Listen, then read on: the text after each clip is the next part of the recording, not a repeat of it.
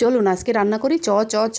আরে বুঝলেন না, আজকের রেসিপির নাম হলো চ চ চ, তার মানে চিকেন চিনেবাদাম চাপ। আসসালামু আলাইকুম বন্ধুরা, কেমন আছেন সবার? কি হলো, চাপ শুনতেই মনে হচ্ছে মশলার ঝামেলা? সেরকম কিছুই না, হাতের কাছে যে মশলা আছে সেটা নিয়েই চলে আসুন। মাংসটা ধুয়ে রেখে মশলাটা করে নেবো। তার জন্য আদা, রসুন, কাঁচা লঙ্কা, টমেটো, পেঁয়াজ আর ভিজিয়ে রাখা চিনেবাদাম দিয়ে একটা পেস্ট করে নেবো। তারপরে মাংসের মধ্যে পেস্টটা দিয়ে দেবো কিছুটা টক দই, নুন, হলুদ, লঙ্কার গুঁড়ো, জিরের গুঁড়ো দিয়ে সেটা ম্যারিনেট করে রেখে দেবো আধ ঘন্টা। তারপরে কড়াইতে দিয়ে দেবো তেল দিয়ে আলুটা ভেজে নেবো। ভাবছেন তো চাপের সাথে আবার আলু কেন?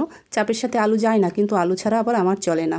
এবার তেজপাতা ফোড়ন দিয়ে পেঁয়াজগুলো দিয়ে লাল করে দিয়ে দেবো ম্যারিনেট করা মাংসটা, দিয়ে দেবো একটু মিক্সি জার ধোয়া পানি।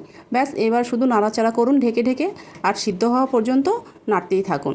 এতে আর এক্সট্রা পানি দেওয়ার কোনো দরকার নেই, এর পানিতেই সিদ্ধ হয়ে যাবে। ভাবতেও পারবেন না যে এই সামান্য কিছু মশলা দিয়ে মাংসটা এত সুন্দর একটা চাপ তৈরি হয়ে যাবে। আমার তো হাত থামছেই না, গপাগপ খেয়েই যায়। আপনারাও এভাবে রান্না করুন আর খেয়ে বলুন কেমন লাগলো। টাটা।